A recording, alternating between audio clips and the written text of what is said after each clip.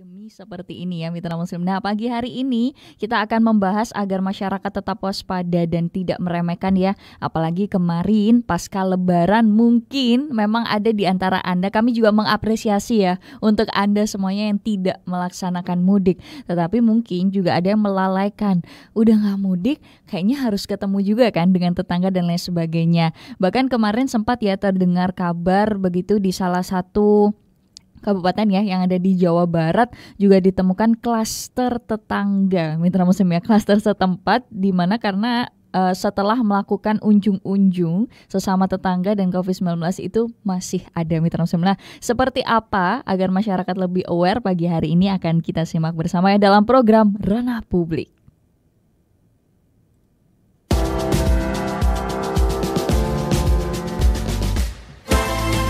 Anda sedang bersama Ranah Publik. Ranah Publik. Sampaikan opini Anda. Telepon 031 5624 555. WA 0855 3938. Live chat channel YouTube Suara Muslim TV. Ranah Publik segera kembali.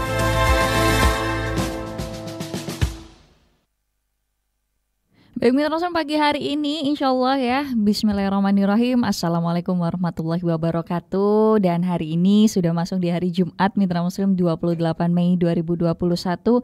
Bertepatan juga hari ini sudah 16 Syawal 1442 Hijriah. Bagaimana kabar Anda Mitra Muslim? Untuk Anda yang saat ini juga yang mengamalkan sunnahnya di puasa Syawal, saya doakan lancar semuanya. Pagi hari ini bukan hanya Fidelita Putri yang akan menemani Anda selama 1 jam ke depan dalam program Ranah Publik, tetapi juga ada beberapa rekan-rekan saya juga. Saya sapa terlebih dahulu ya, 89,9 FM Suara Muslim Lumajang, ada rekan Kiki Rizkyani, 88,7 Kaliga FM Suara Muslim Tuban, ada rekan Mahfud Manaf, serta di 88,1 FM Angka 17 Temanggung, Jawa Tengah. Di ruang gatekeeper ada rekan Elsa Karunisa dan videografer kami di pagi hari ini ada Kang Edi Haryanto ya. Dan juga untuk Anda bukan hanya bisa didengarkan, radio kami pagi hari ini juga bisa disimak. Tayangan visualnya ada di YouTube di Suara Muslim TV. Nah, boleh juga ya di-subscribe, kemudian juga di-like,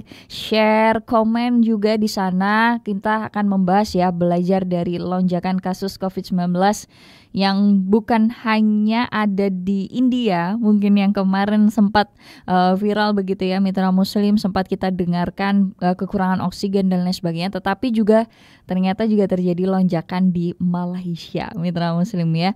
Oke, nah lonjakan kasus COVID-19 ini memang sedang terjadi di sejumlah negara, terutama kemarin ya memang kita pernah mendengar India, kemudian Malaysia, ini kabarnya juga cukup meningkat Mitra Muslim. Padahal kedua negara ini sempat mengklaim berhasil mengontrol laju kasus COVID-19. Malaysia juga tengah mengalami lonjakan kasus COVID-19 dan menurut data dari Our World in Data, jumlah kasus per 1 juta orang negeri jiran selama rata-rata 7 hari terakhir lebih tinggi dibandingkan dengan India yang juga tengah mengalami ya tsunami COVID begitu Mitra Muslim. Lantas apa yang bisa kita pelajari dari sana? Hikmahnya seperti apa? Apa saja persiapan kita yang ada di Indonesia? Langsung saja kita akan berbincang, kita akan cari tahu gali lebih dalam bersama dengan pakar kesehatan masyarakat dan ahli epidemiologi Universitas Airlangga. Ada Ibu Laura Nafika Yamani, SSI, MSI, PhD. Langsung kita sapa terlebih dahulu ya. Assalamualaikum warahmatullahi wabarakatuh. Waalaikumsalam warahmatullahi wabarakatuh, Mbak Masya Fe dan Mitra Allah. Muslim semua. Selamat pagi Ibu ya, sehat Mbak selalu Fe. nggih? Ya, alhamdulillah sehat. Alhamdulillah. Baik. Nah, ini seperti yang kita tahu harus kita pelajari bersama. Mungkin dari pemicunya terlebih dahulu. Malaysia ini kan kayaknya dikabarkan selama ini masih adem ayem, tenang begitu ya Ibu ya. Kemudian Ya, ada begitu kabar di sana lonjakan kasus COVID-19. Ini sebenarnya apa yang menjadi penyebabnya? ya. Jadi sebetulnya kita juga bisa belajar ya Mm-mm. dari negara tetangga kita ya, negara jiran, negara Malaysia. Karena hampir mirip budayanya, kemudian juga religinya. Karena di sana mayoritas masyarakatnya kan Muslim.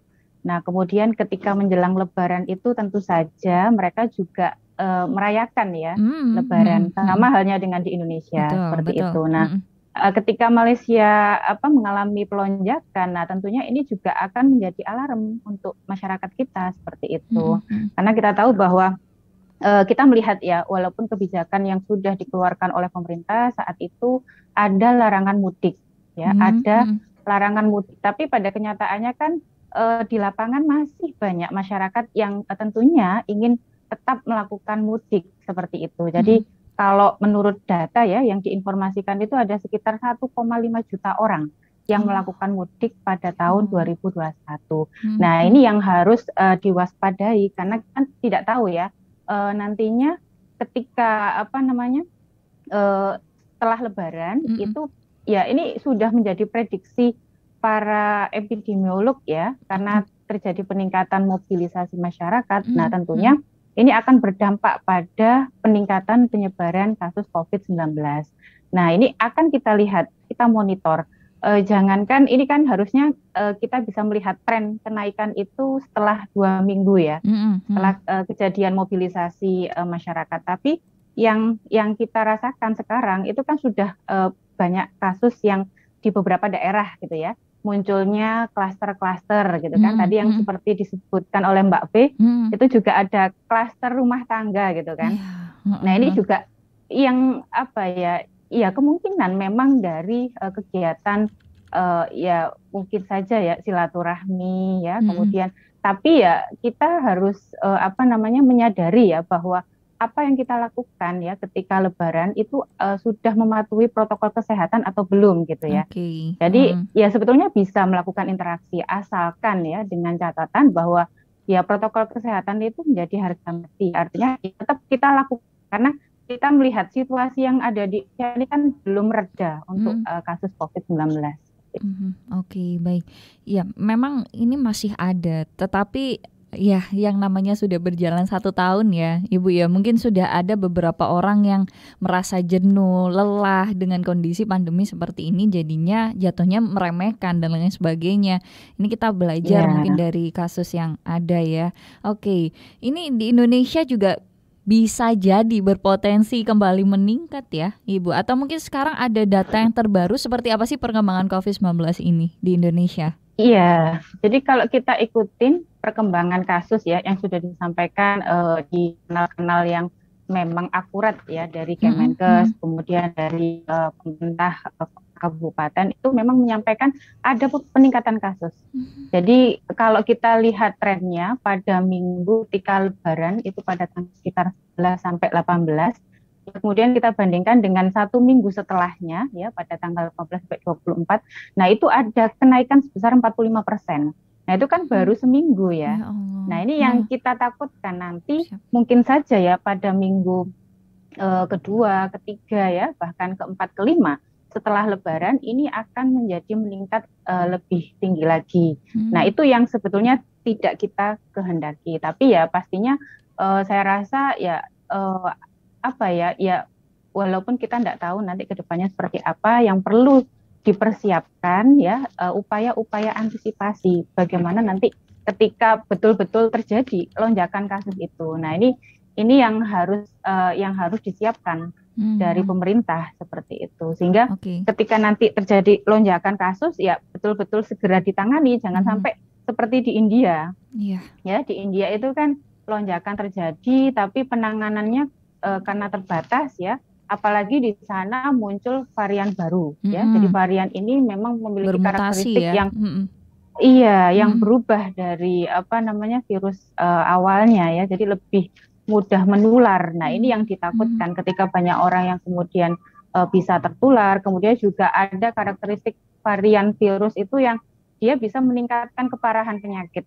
Jadi kalau yang sebelum mutasi mungkin orang kena ya banyak yang OTG atau orang tanpa gejala atau dengan asimptomatik. Tapi dengan varian itu bisa saja ya ada peningkatan dari keparahan yang mungkin terjadi gitu kan. Jadi ketika terinfeksi banyak orang yang kemudian dengan gejala dan harus mendapat penanganan ya karena gejalanya serius. Nah ini nanti akan menyebabkan overload dari fasilitas-fasilitas kesehatan yang mungkin belum siap seperti itu. Oke, baik. Ini sepanjang pemantauan ya dari Ibu Laura dan juga teman-teman epidemiologi, itu seperti apa Bu yang ada di lapangan kasus COVID-19 yang mungkin ya bisa kita pelajari? Malaysia pun mungkin ada mutasi di sana ya, jadi virulensinya lebih meningkat dan jauh lebih menular. Di Indonesia sendiri sudah seperti itu atau COVID-19 alhamdulillah masih belum bermutasi dan lain sebagainya Ibu kalau di Indonesia? Iya, dari informasi yang paling update ya yang disampaikan oleh Wakil Menteri Kesehatan Pak Dante itu menyebutkan bahwa sebetulnya varian-varian ini sudah masuk ke Indonesia gitu ya. Jadi ada ditemukan, ini yang baru ditemukan ya, itu sekitar 54. Jadi 54 kasus, di mana dari 54 kasus ini 35 diantaranya merupakan kasus imported case. Jadi imported case itu ya didapatkan dari orang yang datang dari luar negeri yang masuk ke Indonesia seperti itu. Sedangkan sisanya sekitar 19 itu merupakan local transmission, ya artinya nyebaran di dalam ini menular aja ya. Sebetulnya di komunitas seperti itu. Nah ini yang harus diwaspadai gitu. Jadi kalau penyekatan yang sudah dilakukan ya di misalkan pintu-pintu masuk negara seperti di bandara kemudian pelabuhan itu saja lolos gitu kan. Nah ini yang harus diwaspadai ketika nanti terjadi penyebaran varian itu di dalam komunitas. Oke, baik. Ini Mitra Muslim ya yang bisa kita update terlebih dahulu di segmen pertama kali ini Bu Laura. Nanti juga mungkin bisa disampaikan kembali kepada Mitra Muslim.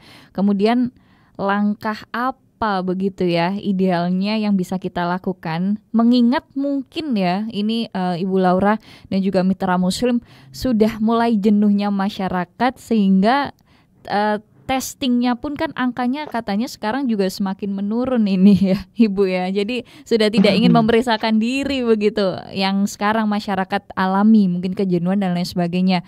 Mungkin langkah-langkahnya seperti apa kita akan bahas di segmen yang kedua saja Ibu Laura ya. Nanti kita akan kembali bersama dengan Mitra Muslim. Dan juga untuk Anda Mitra Muslim ada kesempatan untuk bisa bergabung bersama kami 0855 3000 938 atau telepon ya silakan 031 5624 555 karena kami juga ingin mengetahui ya Mitra Muslim ya keadaannya seperti apa yang ada di daerah Anda begitu ya, entah mungkin dari Prigen, dari Pasuruan dan lain sebagainya bisa mendengarkan kami, jangkauan kami di Radio Suara Muslim pagi hari ini. Apakah mungkin kasusnya juga cukup meningkat di daerah Anda? Kami akan mengupdate bersama Anda tapi setelah jeda berikut ini. Jadi jangan kemana-mana, tetaplah bersama kami dalam program Ranah Publik.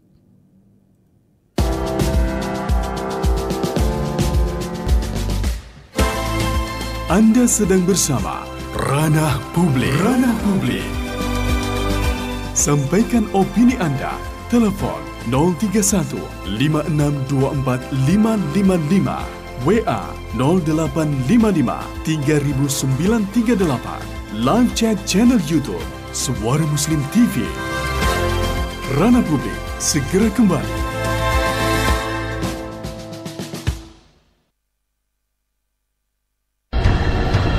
Wahai para santri, tangkap kabar bahagia dari IndiHome. Ikuti Business Idea Competition, ajang kompetisi bisnis bagi para santriwan dan santriwati se-Jawa Timur, Bali, dan Nusa Tenggara. Raih dana dukungan usaha total 50 juta rupiah. Syarat peserta, laki-laki atau perempuan, usia 17-25 tahun, dalam bentuk tim terdiri dari 3 orang. Dibuktikan secara valid menjadi atau pernah menjadi santriwan-santriwati di wilayah Jatim, Bali, dan Nusa Tenggara. Ayo, segera daftar sekarang juga. Ajak keluarga, sahabat, dan semua melalui indihome.co.id/santripreneur IndiHome. Maksimal 31 Mei 2021. Ingat, kompetisi ini gratis. Jadi, tunggu apa lagi? Yuk sampaikan ide bisnismu sekarang juga. IndiHome Santripreneur, wujud kepedulian dan komitmen IndiHome dalam membangun kekuatan ekonomi santri yang berkelanjutan.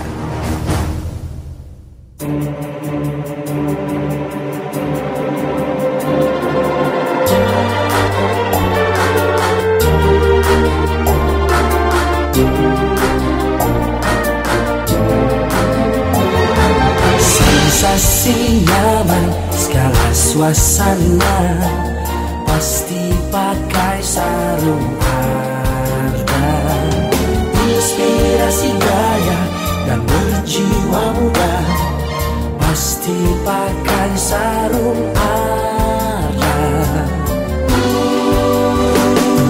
Sarung lintas generasi, kualitas prima dari bahan pilihan.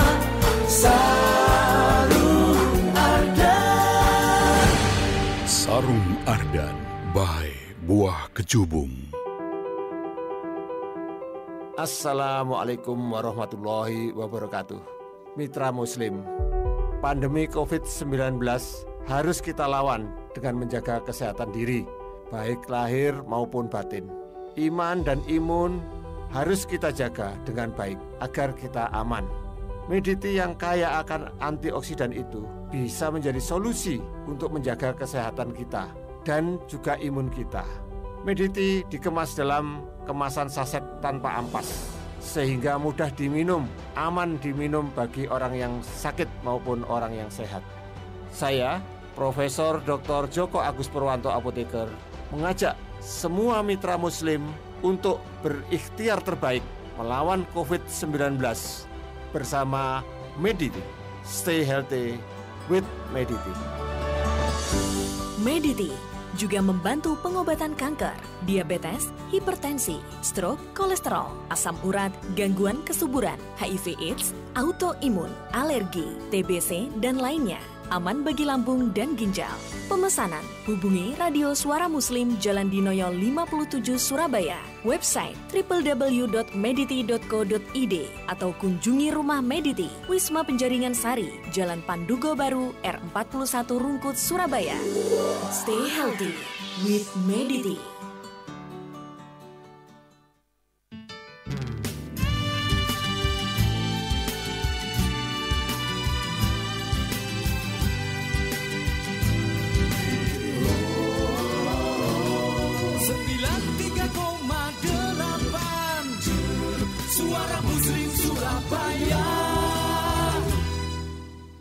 Baik mitra muslim, ayo deh ikuti Business Idea Competition, ajang kompetisi bisnis bagi para santriwan dan santriwati se-Jawa Timur, Bali, dan Nusa Tenggara. Raih dana dukungan usaha total 50 juta rupiah. Syarat pesertanya laki-laki atau perempuan ya, usia 17-25 tahun. Dalam bentuk tim terdiri dari 3 orang. Dibuktikan secara valid menjadi atau pernah menjadi santriwan dan santriwati di wilayah Jawa Timur, Bali, dan Nusa Tenggara. Ayo segera daftarkan, ajak keluarga, sahabat, dan semuanya melalui indihome.co.id/santripreneur Indihome, maksimal tanggal 31 Mei 2021, udah tinggal 3 hari lagi mitra muslim. Ingat, kompetisi ini gratis, jadi tunggu apa lagi? Yuk sampaikan ide bisnis Anda sekarang juga. Indihome Santripreneur, wujud kepedulian dan komitmen Indihome dalam membangun kekuatan ekonomi santri yang berkelanjutan. Ranah Publik.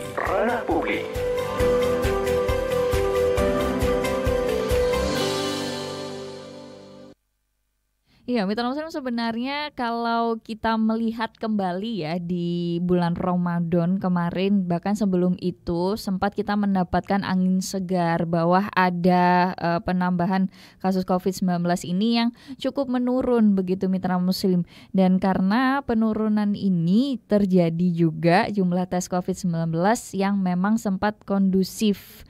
Dan juga pada saat itu ya sangat digencarkan dengan vaksin.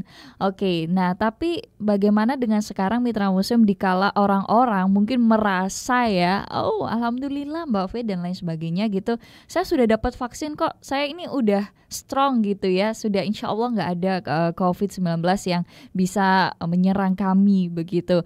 Dan kemudian banyak keabaian ketika sudah merasa vaksin itu masuk ke dalam tubuh ya, imun saya udah meningkat nih ini dan lain sebagainya, unjung-unjung lah mungkin dilakukan begitu ya ketika lebaran itu terjadi. Lantas apa sih yang bisa kita lakukan? Ini kan sekarang kita sudah pasca lebaran.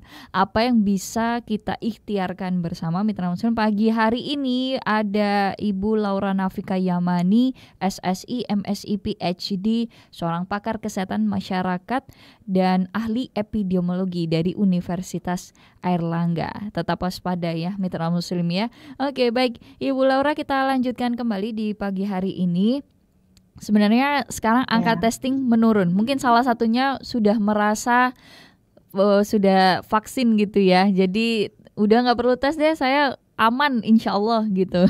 Nah, kemudian malah sekarang angkanya juga meningkat lagi. Ini kan berarti sudah ada arah-arah untuk potensi kita ya meningkatnya kembali kasus COVID-19. Ini apa yang bisa kita lakukan Ibu Laura? Silakan. Ya, halo. Ya, jadi betul sekali ya Mbak V.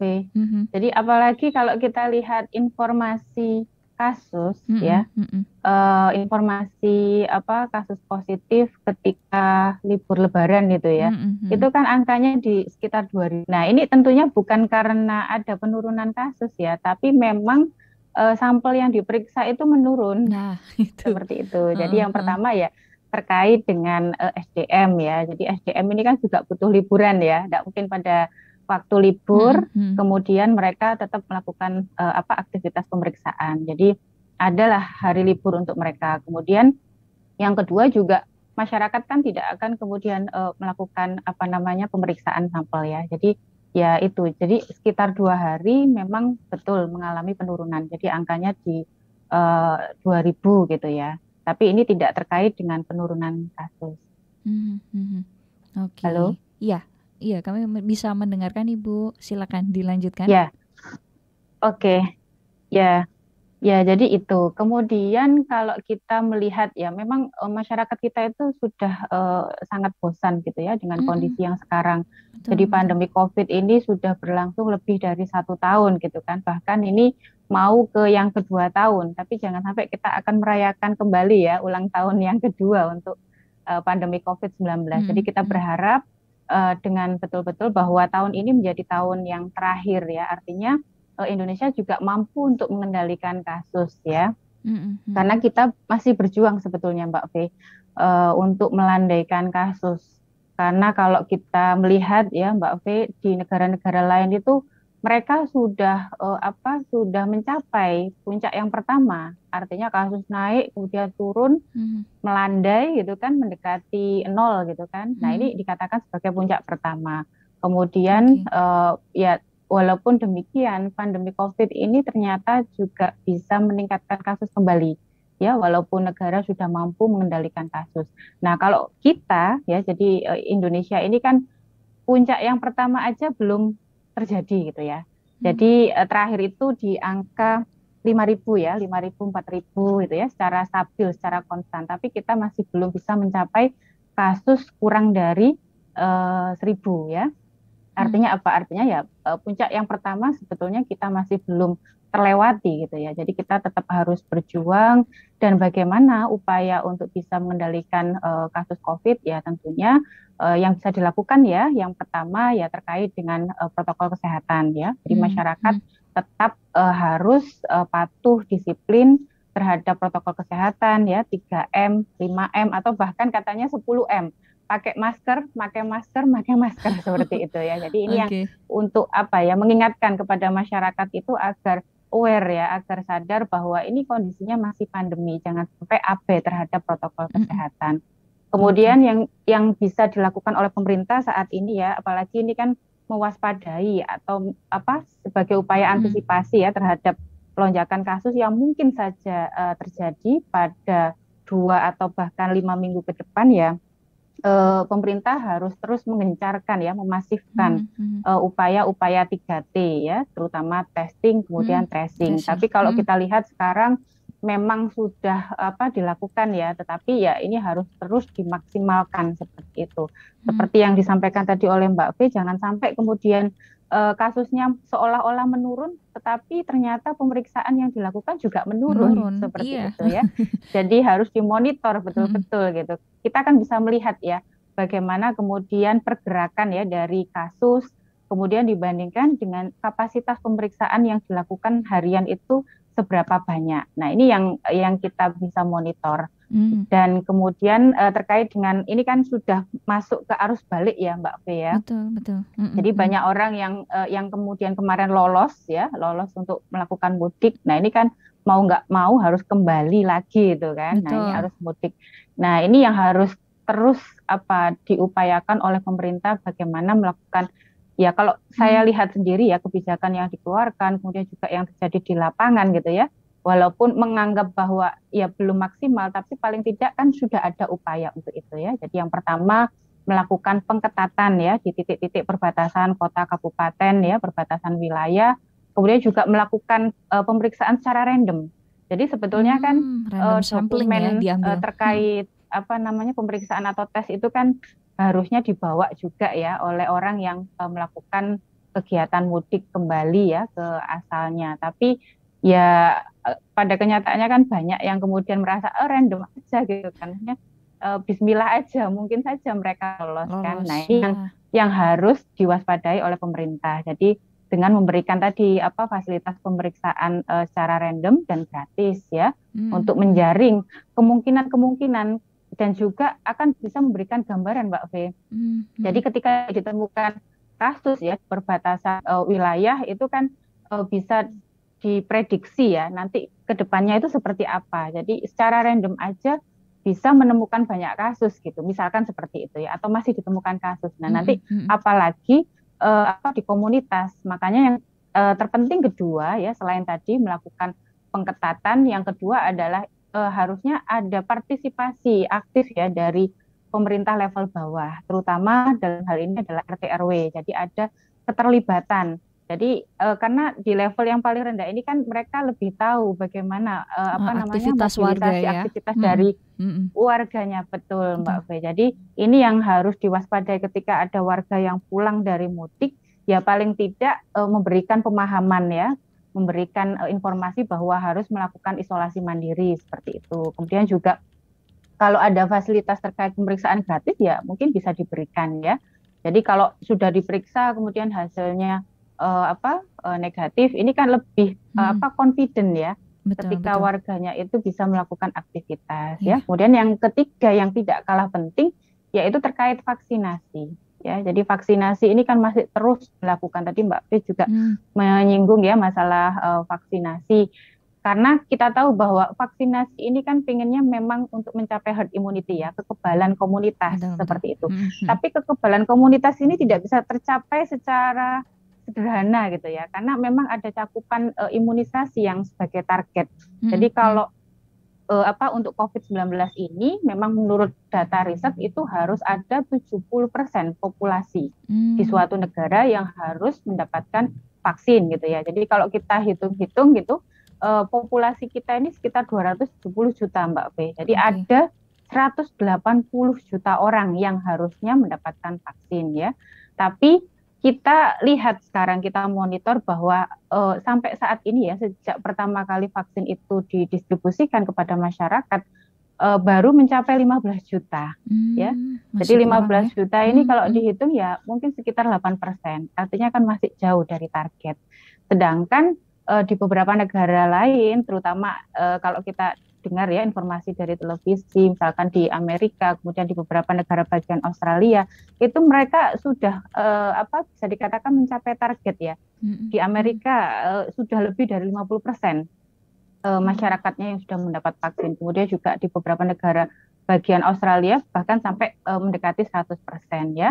Artinya ya itu yang kita kejar sebetulnya. Tapi kita tahu, kita paham bahwa ya ini akan ada keterbatasan-keterbatasan, apalagi terkait dengan vaksin, kita masih bergantung ya pada produsen asing, ya walaupun kita juga berjuang mengembangkan vaksin merah putih sebagai vaksin dalam negeri, tapi ini kan berproses, butuh waktu. Nah, sembari menunggu itu ya apa yang bisa diupayakan. Ikhtiar itu kan banyak cara ya Mbak Fe ya. Jadi kalau yang sekarang bisa dilakukan adalah ya tadi mendatangkan vaksin dari luar negeri seperti itu. Ya dengan catatan bahwa tingkat keamanannya sudah dijamin, kemudian tingkat efikasinya juga sudah terjamin. Bahkan kalau di kita khususnya adalah kehalalan ya dari vaksin itu sendiri. Jadi ketika itu sudah terpenuhi semua ya sebagai bentuk ikhtiar ya seorang muslim ya kenapa enggak, kita kan bisa divaksin seperti itu. Oke. Ya tapi memang masyarakat ini kan sangat bervariasi pemahaman Betul. terkait dengan vaksin. Nah ini yang harus terus dilakukan edukasi untuk agar masyarakat ini tahu kemanfaatan dari vaksin itu seperti apa. Oke, baik. Nah, Ibu Laura, ini juga sudah ada beberapa ya yang chat di YouTube kami sudah masuk. Izinkan saya untuk membacakan dulu terlebih dahulu di pagi hari ini. Ada yang menarik karena memang di tengah larangan mudik yang kemarin, dan kita juga patut mengapresiasi ya untuk masyarakat yang mau menahan dirinya untuk tidak mudik terlebih dahulu di tengah pandemi seperti ini. Akan tetapi juga ada beberapa kabar di mana yang tersiar ya warga negara asing yang masuk ke Indonesia. Ini bukan kembali flashback ke belakang, tapi mungkin ada potensi di sana. Dari salah satu mitra muslim kita juga menyampaikan ya jangan sampai apa-apa yang disalahkan masyarakat begitu terkait mudik, unjung-unjung dan lain sebagainya. Mungkin ini ada masyarakat yang sudah menahan diri untuk hal itu. Akan tetapi ada warga negara asing yang masuk dari India. Kemudian juga kemarin mungkin kita sempat mendapatkan kabar ya di tanggal 12 Mei ada update juga warga Cina yang masuk di Indonesia begitu. Ini beliau ya meminta jangan berat sebelah begitu, mungkin ada pengetatan dari pemerintah dan lain sebagainya supaya memang COVID ini bisa terhentikan gitu ya Bu ya, ada solusi di sana. Ini juga ada Pak Hari Tia ya yang masuk juga di YouTube kami. Semoga di Indonesia ini bukan hanya sebagai negeri dagelan gitu. Wah ini memang komentar yang cukup tajam juga ya dari Pak Hari ya, karena melihat itu tadi ada pro dan kontra kan ketika warga negara asing yang masuk di Indonesia. Mungkin ada positifnya mereka membantu pembangunan di Indonesia, tapi juga ada negatifnya begitu ya Ibu ya, pasti ada hal-hal yang seperti itu. Oke, nah Ibu sendiri, Ibu Laura menanggapinya seperti apa? Karena kita tidak bisa ya langsung ambil alih, ini juga pemerintah kan yang memiliki kebijakan dan lain sebagainya. Silakan Ibu. Ya, jadi kalau kita memang ya mengikuti apa yang kemudian diupayakan oleh pemerintah, ini memang ada kesan juga kontradiktif terhadap kebijakan yang dikeluarkan oleh pemerintah. Jadi sangat banyak sekali. Jadi kemunculan pertama COVID, kemudian pemerintah mungkin bisa dikatakan apa ya istilahnya masih bingung gitu kan apa yang harus dilakukan itu ketika COVID muncul sampai saat sekarang. Itu sebetulnya juga masih menimbulkan situasi gagap ya di pemerintah kita gitu kan. Karena kalau saya melihat ya kalau ke arah sini gitu kan, pemerintah ini kan sebetulnya agak bimbang ya, karena memang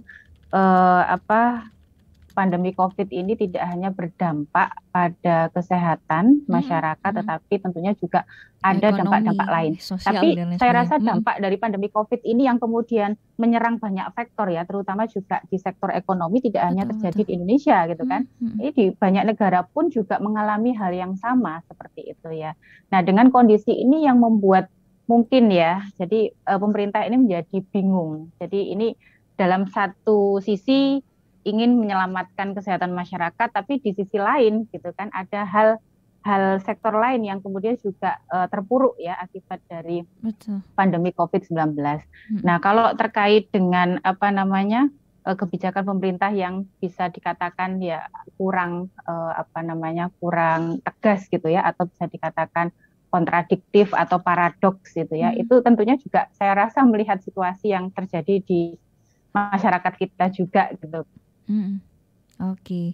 Kan, jadi kebijakan larangan mudik, tapi kenapa kebijakan tempat wisata itu diperbolehkan. Nah, ini kan yang akan menjadi kebingungan ya di masyarakat kita gitu. Nah, ini seolah-olah pemerintah ini seperti pelin-pelan gitu ya. Orang dilarang mudik, tapi kok mobilisasi yang lain seperti bisa berwisata itu masih bisa dilakukan ya, diizinkan seperti itu ya.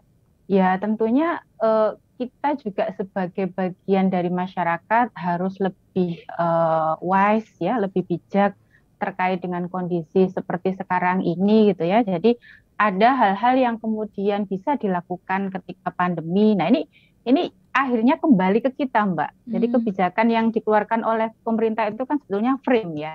Jadi frame yang kemudian akan membahas aktivitas masyarakat. Nah, tentunya frame ini kan juga akan dikembalikan ke kita gitu. Apakah kita tetap melakukan ya, tergantung dari pertimbangan yang kita lakukan seperti itu. Nah, kalau terkait dengan ini warga negara asing ya, yang kemudian banyak datang ke Indonesia ya, saya rasa ya kalau saya sih melihatnya ini lebih ke oknum ya. Jadi oknum yang memang memanfaatkan kondisi seperti ini gitu ya. Jadi kalau saya melihat informasi di beberapa surat kabar gitu kan, kemudian media televisi itu menyatakan bahwa orang-orang asing ini kan seperti membayar gitu. Misalkan seperti itu, membayar ya, kemudian mereka bisa diloloskan, atau mungkin saja ya ini pemerintah membebaskan ya dengan kondisi tertentu, misalkan mereka memang diperbantukan ya untuk melakukan upaya-upaya yang sedang dilakukan di Indonesia seperti itu. Misalkan mereka membantu di dalam hal penanganan COVID-19, tapi kan terkesan karena yang datang ini rombongan gitu kan. Apalagi ini misalkan didatangkan dari Cina ya, negara asal COVID-19. Nah, ini yang ya jadi memang transparansi informasi ini harus dilakukan oleh pemerintah ya kepada masyarakat, sehingga tidak menimbulkan kebingungan ya, kemudian keresahan dari masyarakat kita, sehingga seolah-olah pemerintah ini tidak mendukung ya dalam penanganan COVID. Padahal misalkan ya mungkin sudah banyak yang dilakukan, tapi tentunya ya kita kan masih belajar ya, ini sesuatu hal yang baru, Mbak. Jadi track apa saja yang harus kita lakukan pada masa pandemi COVID-19 ini tentunya tidak bisa kemudian kita pastikan apakah ini berhasil atau tidak, seperti itu. Jadi memang terus diupayakan, kemudian melihat dari yang sudah dilakukan itu apakah gagal, apakah berhasil. Nah ini kan yang harus terus digali ya, baik dari pemerintah maupun masyarakat. Baik. Itu. Mungkin yang ingin saya tanyakan juga, ada prediksi nggak Bu, Indonesia itu bebas corona? Tapi mungkin dijawab setelah jeda berikut ini ya. Nanti insya Allah kita akan bahas kembali, karena mungkin dari segi epidemiologi kan ada perhitungan secara statistik dan lain sebagainya. Nanti Ibu ya, kita akan hubungi kembali. Dan juga untuk Anda mitra muslim semakin penasaran ya pastinya ya, bagaimana langkah-langkah yang pasti begitu kita bisa bebas dari corona itu sendiri. Dari segi masyarakat iya, pemerintah iya, semua ya bisa berlaku kooperatif begitu. Dan kami juga turut mengapresiasi ada beberapa titik-titik yang ada di Surabaya ya. Mungkin dari sepengetahuan dan sepenglihatan kami juga, pantauan yang ada di lapangan sudah dilakukan untuk swab dan lain sebagainya. Begitu kami sangat mendoakan itu juga membuahkan hasil. Lantas bagaimana dengan daerah Anda? Silakan juga bisa berinteraksi ya, 0855 300938 untuk WhatsApp, silakan chat, atau mungkin di YouTube juga boleh, Suara Muslim TV. Telepon juga silakan, di ruang gatekeeper ada Elsa Khairunisa 031 5624 555 ya. Kemarin daerah sini sudah swab Mbak Fe, seluruh warganya dan lain sebagainya, hasilnya seperti ini. Boleh sampaikan kepada kami, siapa tahu juga bisa menjadi sebuah masukan ya yang berguna untuk kita semuanya. Ranah Publik segera kembali.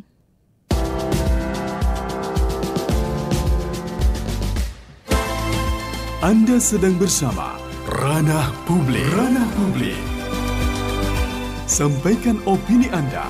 Telepon 031 5624 555. WA 0855 3938. Live chat channel YouTube Suara Muslim TV. Ranah Publik segera kembali. Sesaat lagi kita dengarkan Tanya Pakar Soman yang dipersembahkan oleh Herbal Soman. Halo dok, ada pertanyaan dari Pak Bambang di Bandung yang ingin bertanya, seringkali buang air kecil terasa sakit, sudah ke dokter tapi masih sering sakit. Bagaimana kalau konsumsi herbal soman dan dosisnya seperti apa?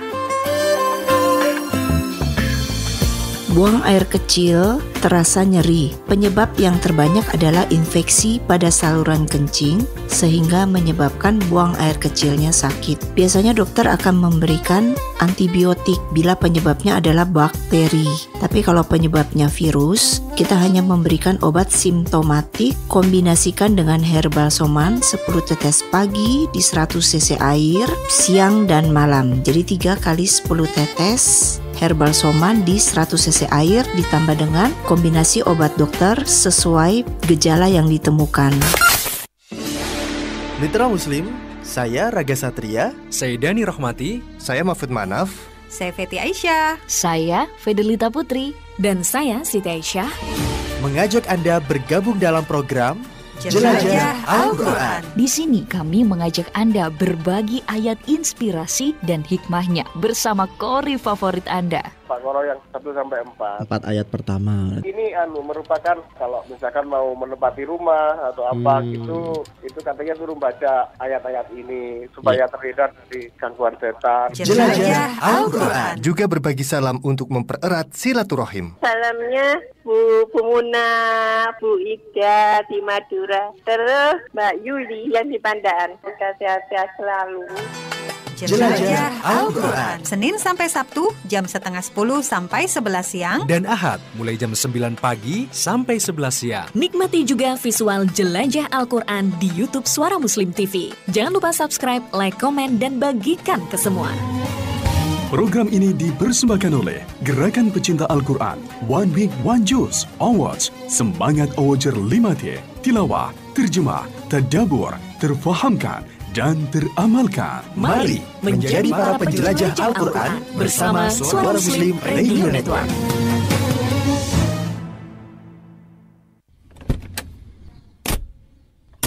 Assalamualaikum bro. Waalaikumsalam. Wah, semangat banget. Habis kirim-kirim ya bro? Iya nih bro. Alhamdulillah. Harus semangat kan? Makanya ini pengen ketemu kamu. Di mana ini? Sodus ya? Iya, Sodus. Makan iga penyet mau nggak? Iga penyet? Ada di Sodus. Bukannya menyediakan soto kudus aja ya? Ye, di Sodus itu kan menunya macam-macam masakan Jawa bro. Selain soto kudusnya yang sudah terkenal, iga penyetnya top abis dah. Dagingnya empuk, bumbunya meresap, dan sambelnya itu loh, Masya Allah, nuampel bro.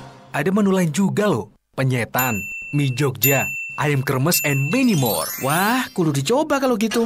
Ayo. Sip, iga penyet 2 porsi ya. Haha, siap bro.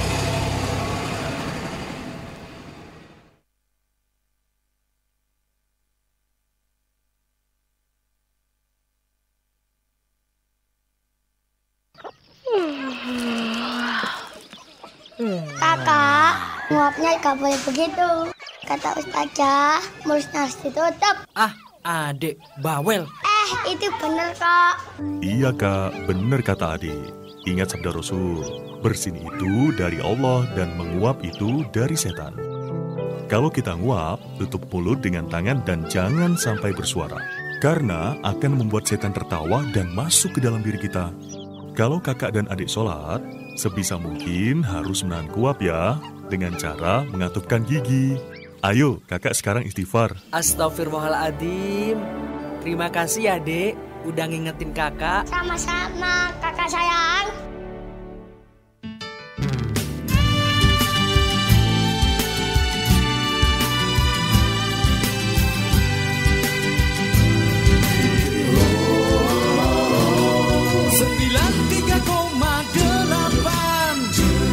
Suara Muslim Surabaya. Baik Mitra Muslim, sebelum kita melanjutkan program Ranah Publik di pagi hari ini, kita simak terlebih dahulu Kilas Warta.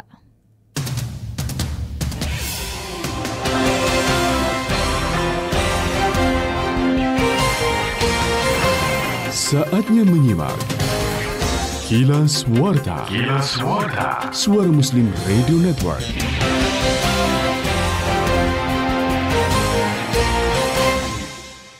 Kilas Warta yang pertama akan diawali rekan Gigi Rizkyani dari Suara Muslim Lumajang. BKPSDM Kabupaten Lumajang merilis jumlah lowongan CPNS dan P3K 2021 atau PPPK. Mitra Muslim, Badan Kepegawaian dan Pengembangan Sumber Daya Manusia BKPSDM Kabupaten Lumajang akhirnya merilis jumlah kuota seleksi CPNS dan PPPK pegawai pemerintah dengan perjanjian kerja tahun 2021. Secara rinci, formasi CPNS dibuka sebanyak 107 lowongan, sementara untuk formasi PPPK sebanyak 238 tenaga. Kepala Badan Kepegawaian Daerah Lumajang Ahmad Taufik Hidayat mengatakan, jumlah ini sangat jauh dari harapan karena sebelumnya Pemkab Lumajang mengusulkan 425 tenaga CPNS dan 529 tenaga PPPK ke Kementerian Pendayagunaan Aparatur Negara dan Reformasi Birokrasi Kemenpan RB. Meski kuota CPNS dan PPPK Lumajang sudah terjawab, tapi pihaknya belum bisa memastikan kapan tanggal pasti setiap kegiatan pelaksanaan seleksi CPNS 2021 karena sampai sekarang pihaknya masih menunggu arahan pusat. Saya Gigi Rizkyani, Suara Muslim Lumajang, kembali ke Suara Muslim Surabaya. Suara Muslim Surabaya dari rekan Elsa Herunisa, Wali Kota Eri Cahyadi mengatakan warga Surabaya bisa mengadukan kasus korupsi lewat ILAKSA. Warta selengkapnya Elsa. Mitra Muslim, Wali Kota Surabaya Eri Cahyadi meminta warga Surabaya jika menemukan adanya kasus korupsi di kalangan para pejabat Pemkot Surabaya bisa melaporkan melalui aplikasi elektronik Lapor Jaksa atau ILAKSA. Hal ini disampaikan Wali Kota Eri saat audiensi dengan Koordinator Bidang Pidana Khusus Pitsus Kejaksaan Tinggi Jawa Timur Teguh Ananto di Kelurahan Pegirian, Surabaya. Ada beberapa hal yang dibahas dalam audiensi. Salah satu di antaranya terkait informasi mengenai aplikasi ILAKSA yang baru saja diluncurkan ke Jatim. Aplikasi ini merupakan layanan terbaru untuk memberikan kemudahan bagi masyarakat yang ingin menyampaikan pengaduan. Eri mengapresiasi dan mendukung penuh inovasi pelayanan publik yang baru saja diluncurkan ke Jatim. Bagi Eri, jika semua pemerintahan melakukan transparansi seperti ini, maka setiap ada kekurangan pasti bisa segera dilengkapi. Selain itu, Eri juga menyatakan, jika ada laporan dari warga yang disampaikan melalui ILAKSA ini, akan dikoneksikan dengan aplikasi yang ada di Pemkot Surabaya. Wali Kota Eri juga berharap aplikasi yang memberikan kemudahan pelayanan publik ini dapat menjadi percontohan bagi daerah lain di Indonesia. Demikian dikutip dari Antara News Jatim, saya Elsa Khairunisa, Suara Muslim Surabaya. Rekan Mahfud Manaf dari Suara Muslim Tuban menyampaikan ratusan CJH lansia Tuban telah divaksin meski pemberangkatan haji 2021 belum jelas. Suara selengkapnya Mahfud. Mitra Muslim, pemberangkatan calon jamaah haji CJH tahun 2021 masih menunggu keputusan resmi dari pemerintah pusat. Meski begitu, tahapan atau persiapan keberangkatan untuk ke Tanah Suci sudah mulai dilakukan, termasuk vaksinasi pencegahan COVID-19. Kasih Penyelenggara Haji dan Umroh Kantor Kemenak Tuban Umi Kulsum mengatakan, jumlah CJH lansia yang divaksin yaitu usia 60 tahun ke atas jumlahnya 436 CJH. Umi menyebut sebanyak 1.296 CJH yang telah disiapkan untuk berangkat ke Tanah Suci tahun 2021, yang merupakan CJH yang gagal berangkat pada masa pandemi COVID-19 tahun 2020 yang lalu. Saya Mahfud Manaf, Suara Muslim Tuban, kembali ke Suara Muslim Surabaya. Terakhir rekan Anwar Fuadi dari Samara FM Tulungagung, Wabub Trenggalek dorong komunitas turut kembangkan desa wisata. Warta selengkapnya Anwar. Mitra Muslim Wakil Bupati Trenggalek Syah M. Negara mendorong komunitas untuk turut mengembangkan desa wisata. Dorongan itu utamanya diarahkan kepada komunitas-komunitas yang berkaitan dengan minat khusus. Syah mengatakan hal itu ketika menghadiri kegiatan fun climbing di tebing Prongos Telung Lintang di Kecamatan Gandusari. Kegiatan itu diselenggarakan oleh Federasi Panjat Tebing Indonesia (FPTI) Kabupaten Trenggalek. Syah juga mengapresiasi langkah FPTI Trenggalek yang turut menghidupkan olahraga ekstrim panjat tebing. Panjat tebing menurutnya berpotensi menjadi salah satu daya tarik orang untuk berkunjung ke Trenggalek. Dengan dirintis mulai sekarang, Syah yakin pengembangan desa wisata minat khusus bisa maksimal dijalankan setelah pandemi COVID-19 berlalu. Saya Anwar Fuadi, Samara FM Tulung Agung, kembali ke Suara Muslim Surabaya.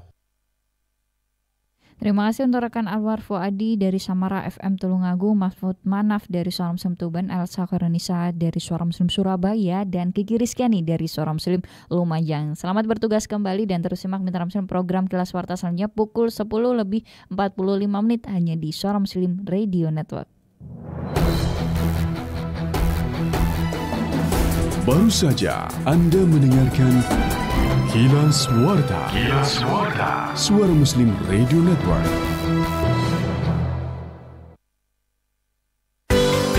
Ranah Publik.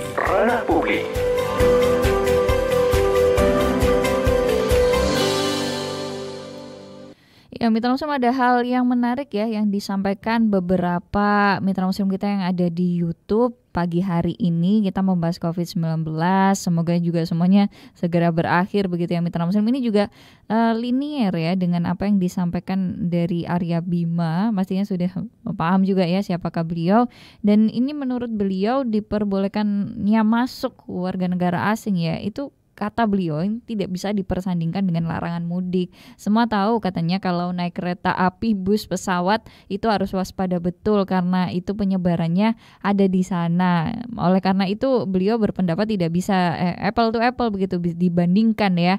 Ini juga ada salah satu Mitra Muslim kita yang mengatakan ya kalau sudah susah-susah vaksin ya menjaga protokol kesehatan juga warga negara asing, contohnya yang dari India pada saat itu jelas-jelas terjadi tsunami COVID di sana bisa masuk ke Indonesia. Ini bisa kena COVID lagi. Ini ketakutan warga juga ya, PPKM lagi, ekonomi jeblok lagi, mau cari makan aja susah Bu. Ini kata beliau juga ya. Ada Pak Hari yang menyampaikan di YouTube kami. Kalau COVID naik yang disalahkan masyarakat lagi, mudik lagi, unjung-unjung. Padahal orang-orang dari luar negeri Indonesia ini bisa masuk dengan sangat mudahnya.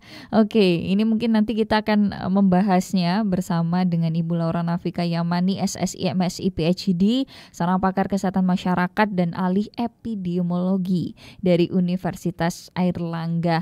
Oke, Ibu, ini mungkin yang dirasakan ketakutannya teman-teman yang di Soekarno-Hatta ya, karena masuknya dari bandara itu, kemudian juga di Riau. Akan tetapi kita yang di Jawa Timur atau mungkin Mitra Muslim yang sedang mendengarkan di pagi hari ini kan juga cukup ada rasa kekhawatiran begitu ya Ibu ya tentang COVID-19 ini. Sedangkan angka testingnya juga semakin turun. Kita semakin tidak bisa memprediksi ya jumlah COVID-19 seperti apa. Ini apa saja Ibu, dan bisakah Indonesia nanti bebas dari COVID-19? Silakan.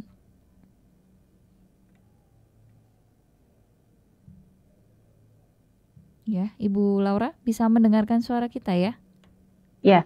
Oke. Ya Mbak, terlepas dari pro dan kontra ya terkait pandemi COVID-19, memang kita melihat situasi yang terjadi sekarang ya, ada ketidakterasan ya masyarakat kita kepada pemerintah, kemudian juga mungkin kebosanan ya terhadap kebijakan yang dikeluarkan oleh pemerintah, terutama juga pelarangan aktivitas ya, karena ya saya tahu juga memang ini akan berdampak kepada masyarakat juga gitu kan.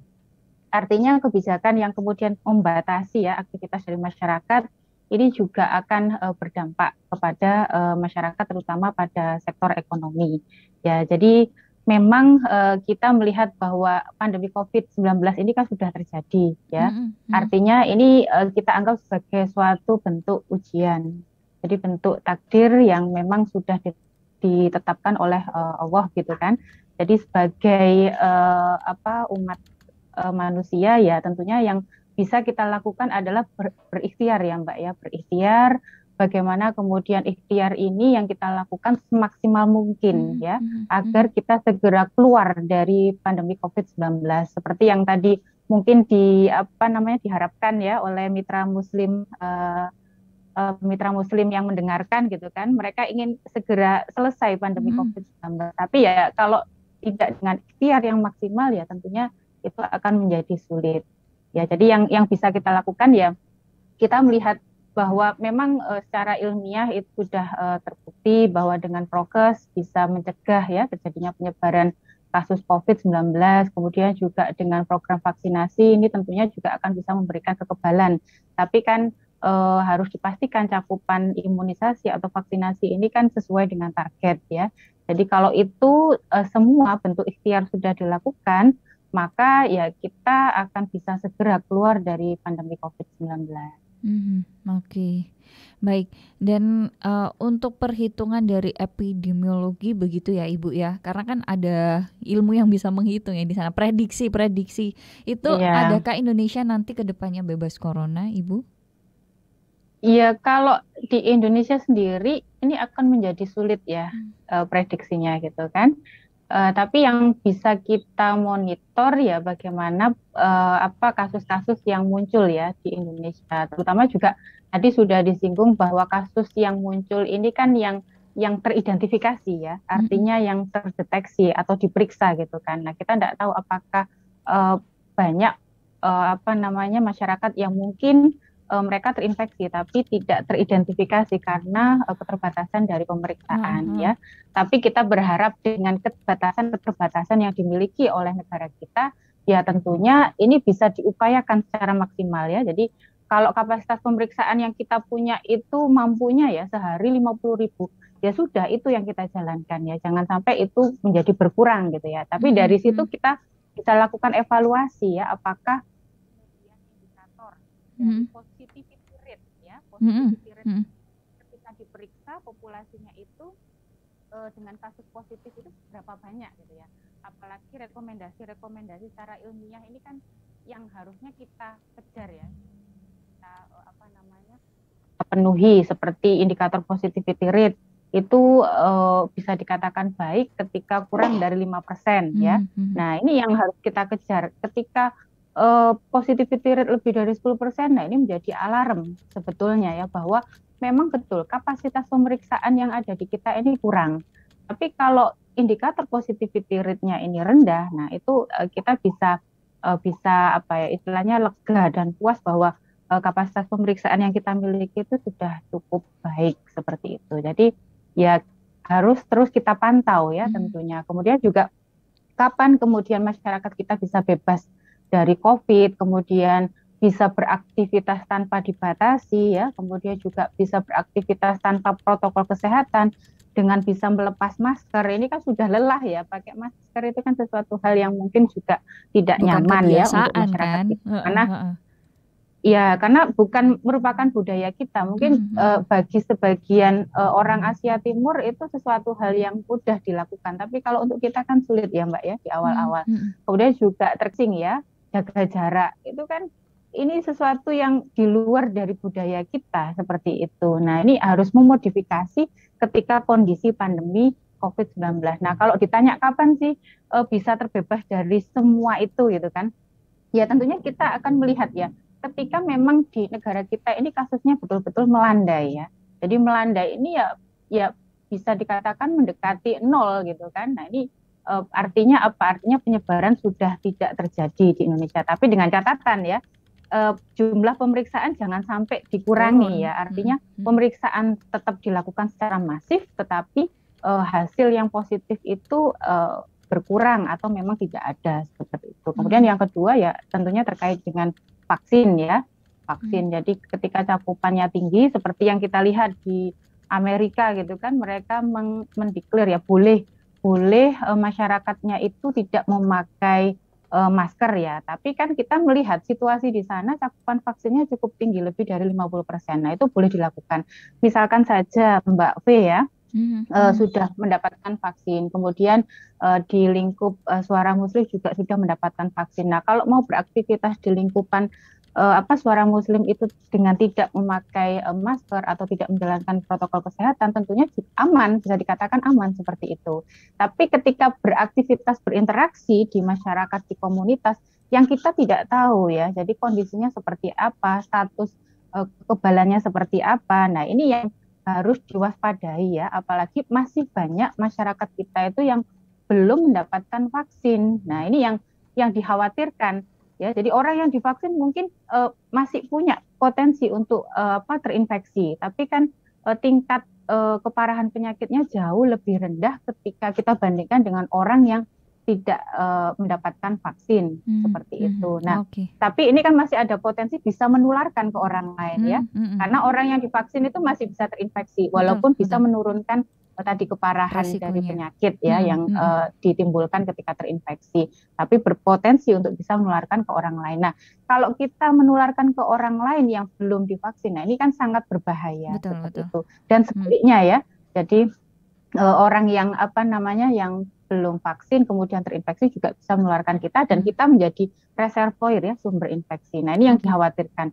Jadi selama cakupan imunisasi ini belum tercapai, ya tentunya protokol kesehatan ini menjadi kunci yang paling bisa dikatakan mujarab ya, karena kita tahu karakteristik virusnya seperti apa ya. Jadi dengan masker, dengan jaga jarak, sering-sering cuci tangan pakai sabun. Nah, ini kita harapkan bisa memutus mata rantai penyebaran dari COVID-19. Baik, terima kasih Ibu Laura pagi hari ini. Semoga Mitra Muslim semuanya tetap tidak boleh abai begitu, karena kita belajar dari kasus lonjakan Malaysia, kemudian juga India apalagi begitu ya, sudah terjadi tsunami COVID-19. Semoga Indonesia segera terbebas ya Ibu ya, kita doakan bersama dari COVID-19 amin, itu sendiri. Mbak Oke. Amin. Ya, amin. Amin ya Rabbal Kita berharap demikian. Dan sesegera mungkin. Amin. Barakallah untuk ilmunya pagi hari ini. Terima kasih Bu Laura. Selamat pagi, sehat selalu juga ya. Wassalamualaikum warahmatullahi wabarakatuh. Waalaikumsalam warahmatullahi wabarakatuh. Baik, Mitra Muslim, demikian untuk ranah publik. Nanti kami akan simpulkan ya di segmen yang selanjutnya.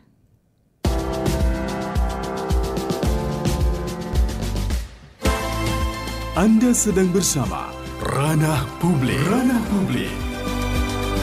Sampaikan opini Anda. Telepon 031 5624 555. WA 0855 3938. Live chat channel YouTube Suara Muslim TV.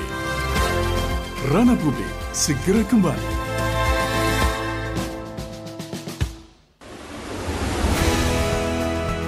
SD Muhammadiyah 4 Pucang Surabaya, Sekolah Teladan Nasional, Cambridge Assessment International Education, Educating with Heart, Serving with Respect. Segera daftarkan Ananda tercinta ke sekolah Islam terfavorit dan terpercaya ini. Dapatkan juga beasiswa bagi hafidz Quran dan siswa berprestasi nasional, internasional dengan syarat dan ketentuan berlaku. Informasi lebih lanjut tentang PBDB 2021-2022 WA 081 1347 4040 081 1347 4040 atau klik mudipat.co. SD Muhammadiyah 4 Pucang Surabaya, the truly 21st century Islamic School. Ranah Publik. Ranah Publik.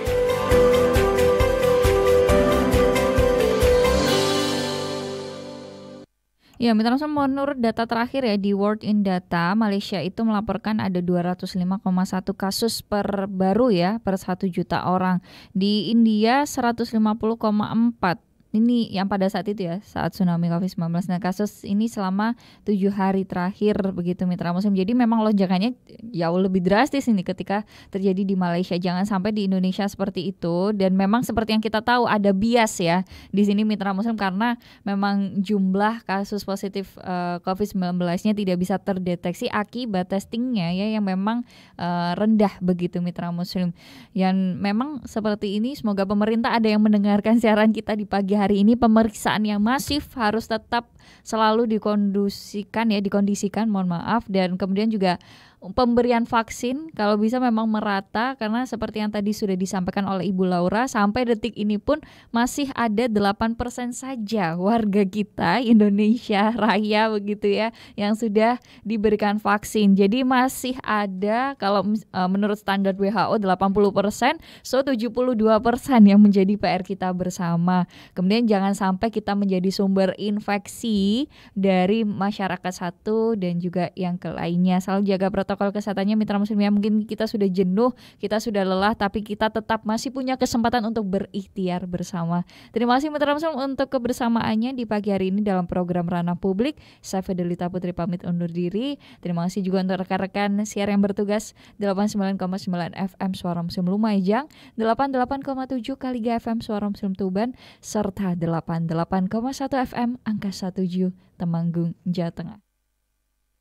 Produser ada rekan Dani Rohmati, di ruang gatekeeper Elsa Korunisa dan juga Edi Arianto ya untuk videografer kami di pagi hari ini. Terima kasih untuk Anda semuanya mitra muslim, sehat selalu, semoga keberkahan juga datang di bulan Syawal ini. Kita berdoa bersama ya, COVID-19 setelah ini juga cepat-cepat pergi, cepat-cepat sirna dari Indonesia. Kita kembali seperti dahulu ya. Subhanakallahumma bihamdika nasyhadu alla ilaha illa anta nastaghfiruka wa natubu ilaik. Maha suci Engkau ya Allah, dan dengan memujimu kami bersaksi tiada Tuhan yang berhak diibadahi selain Engkau. Kami memohon ampun dan bertaubat kepadamu. Wassalamualaikum warahmatullahi wabarakatuh.